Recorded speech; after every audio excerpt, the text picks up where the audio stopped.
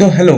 हमारा जो पहला वाला जो वीडियो था उसके अंदर हमने देखा था कि करंट मिरर कैसा होता है, और उसके बाद हम थोड़ा थोड़ा करंट मिरर के ऊपर बात कर रहे थे।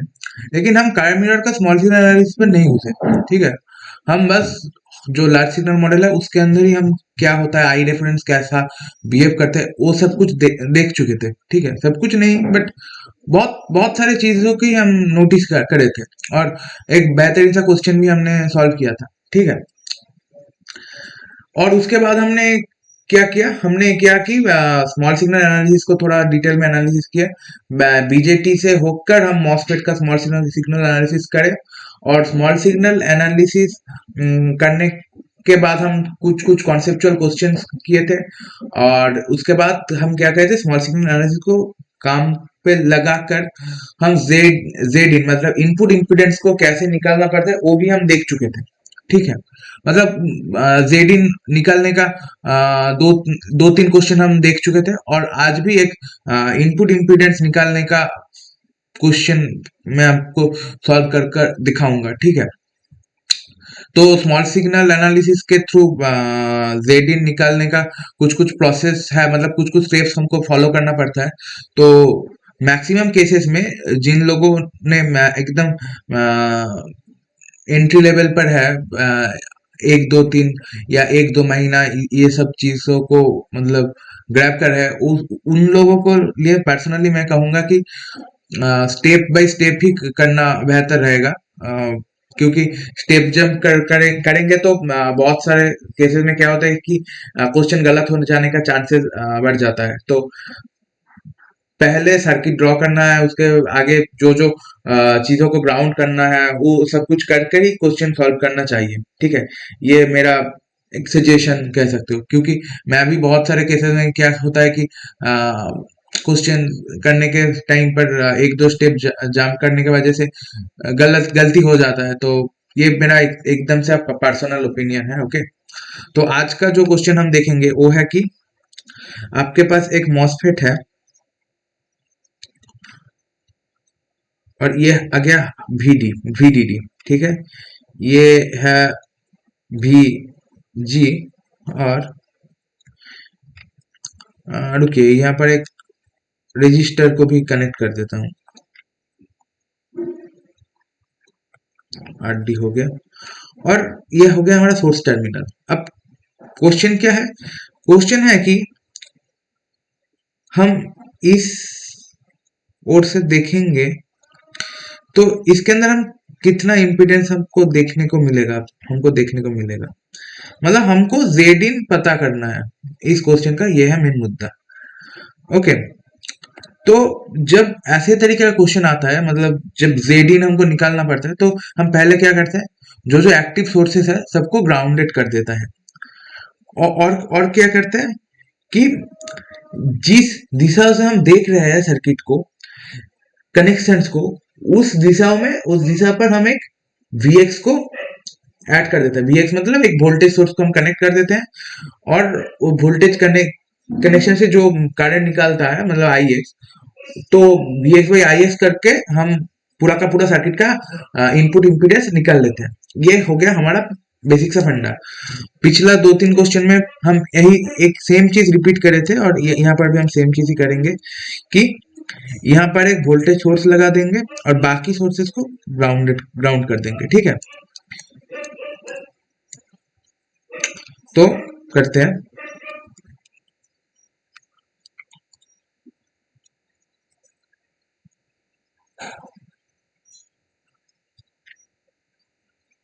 इसको ग्राउंड कर दिया, इसको भी ग्राउंड कर दिया,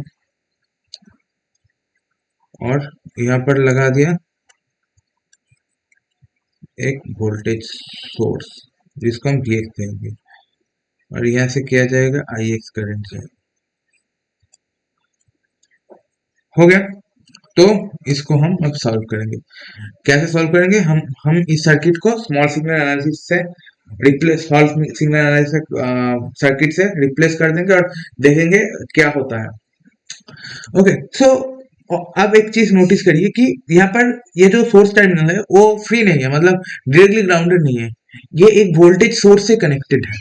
तो हम इससे क्या सीख सकते हैं, हम इससे ये कह सकते हैं कि यहाँ पर हम पाई मॉडल का यूज नहीं करेंगे, हम यहाँ पर टी मॉडल का यूज करेंगे, क्योंकि मैंने कहा था कि सोर्स जब डायरेक्टली ग्राउंड होगा तब हम पाई मॉडल का यूज करेंगे, जब सोर्स ग्राउंड तो होगा लेकिन सोर्स से और कोई एलिमेंट कनेक्टेड होगा, रेजिस्टर हो सकता है, वोल्टेज हो सकता है, या और दूसरा कोई मॉसफेट हो सकता है, ऐसा कुछ चीज कनेक्टेड होता है तो हम इसको टी मॉडल से रिप्लेस कर देंगे। ठीक है, तो इस सर्किट को हम किससे रिप्लेस करेंगे, टी मॉडल से रिप्लेस कर देंगे। ओके, तो देखिए ये हो गया हमारा डिपेंडेंट करंट सोर्स और ये आ गया हमारा आरडी।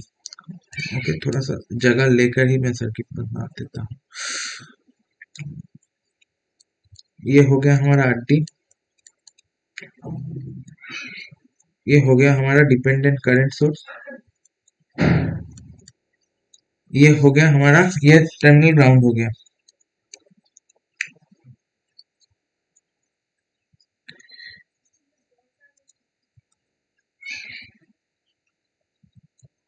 यहाँ पर एक रेजिस्टेंस 1/GM हो गया और क्या होगा, यहाँ से Vx कनेक्टेड होगा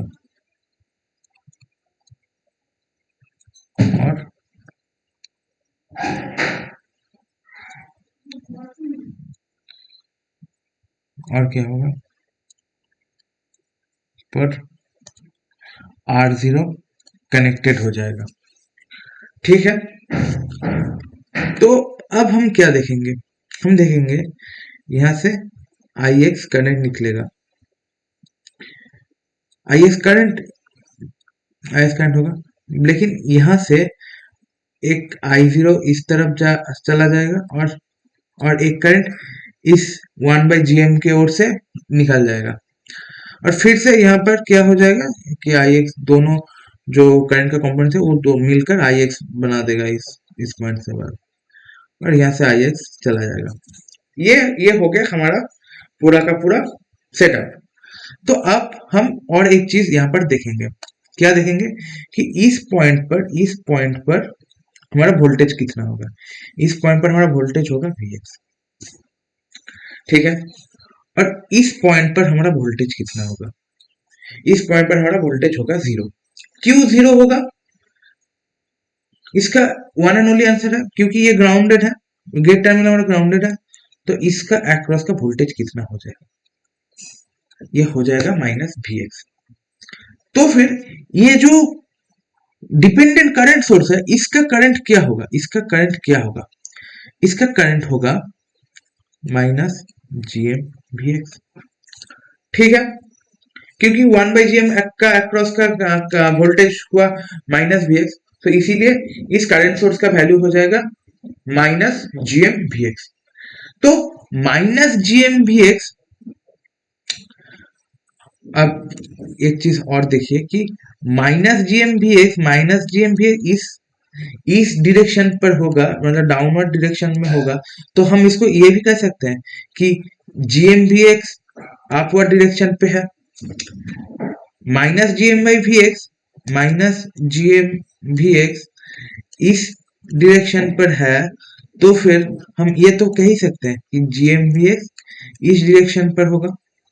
ठीक है, ऐसा कोई थिंकिंग हम लगा सकते हैं यहाँ पर। तो देखिए कि ये जो पूरा Ix है इसको हम फिर किससे रिप्लेस कर सकते हैं, Ix है तो यहाँ से कितना गया, यहाँ से गया I0, यहाँ से गया I0, और इस अपवर्ड डायरेक्शन पर कितना है, GmVx है, अपवर्ड डायरेक्शन में कितना है, अपवर्ड डायरेक्शन में कितना है, GmVx है, GmVx है, GmVx है। तो पूरा का पूरा Ix कितना होगा, तो पूरा का पूरा Ix हो जाएगा I0 प्लस GmVx। ठीक है,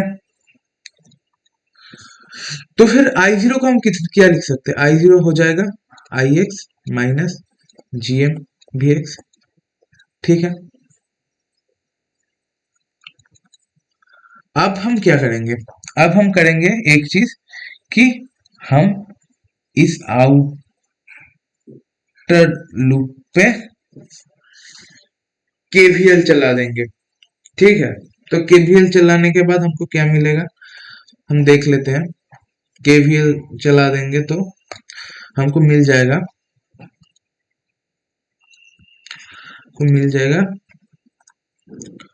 minus V X plus I zero are zero plus I x are D equals to 0। ठीक है, तो फिर वी एक्स हमको मिल जाएगा I zero are zero plus I x are d, ये भी सही है। तो आई जीरो हमको क्या मिला, आई जीरो हमको मिला I x minus g m v x r zero plus I x are d. Okay, तो ये हो गया हमारा वी एक्स। तो फिर वी एक्स को हम कैसे क्या लिख सकते हैं, I x r zero minus g m v x r zero plus I x are d हो गया। तो ये वाला टर्म को हम इस तरफ ले चले जाते हैं, इस ये हमको दे देगा 1 plus g m r zero, और इस तरफ हमको ये मिल जाएगा I x r zero plus r d, और एक्चुअली हमको v x by I x मिल जाएगा r zero plus r d 1 plus g m r zero हो गया। तो फिर इसको हम क्या कह सकते हैं, इसको हम कह सकते हैं कि जेड इन। ठीक है, तो ऐसे हम सोर्स से हम एक सर्किट को देखेंगे, एक एनमॉस को देखेंगे, और उसका इनपुट इंपीडेंस क्या होगा ये हम निकाल दिए। ठीक है, तो ये रहा आज का वीडियो, और आज के बाद सामने जो वीडियोस आएगा 2 3 4, उस वीडियोस का एक्चुअल टॉपिक होगा कि small signal analysis of current mirror, और हम डिफरेंट टाइप का करंट मिरर को भी हम ऑब्जर्व करेंगे, और उसका स्मॉल सिग्नल एनालिसिस भी हम साइमल्टेनियसली करेंगे। ठीक है, और उसके बाद हम मूव करेंगे कैस्कोड एम्पलीफायर वगैरह पे, और उसके बाद ऐसे ऐसे चलकर आगे बढ़ेंगे हम। ठीक है, तो फिर गुड नाइट।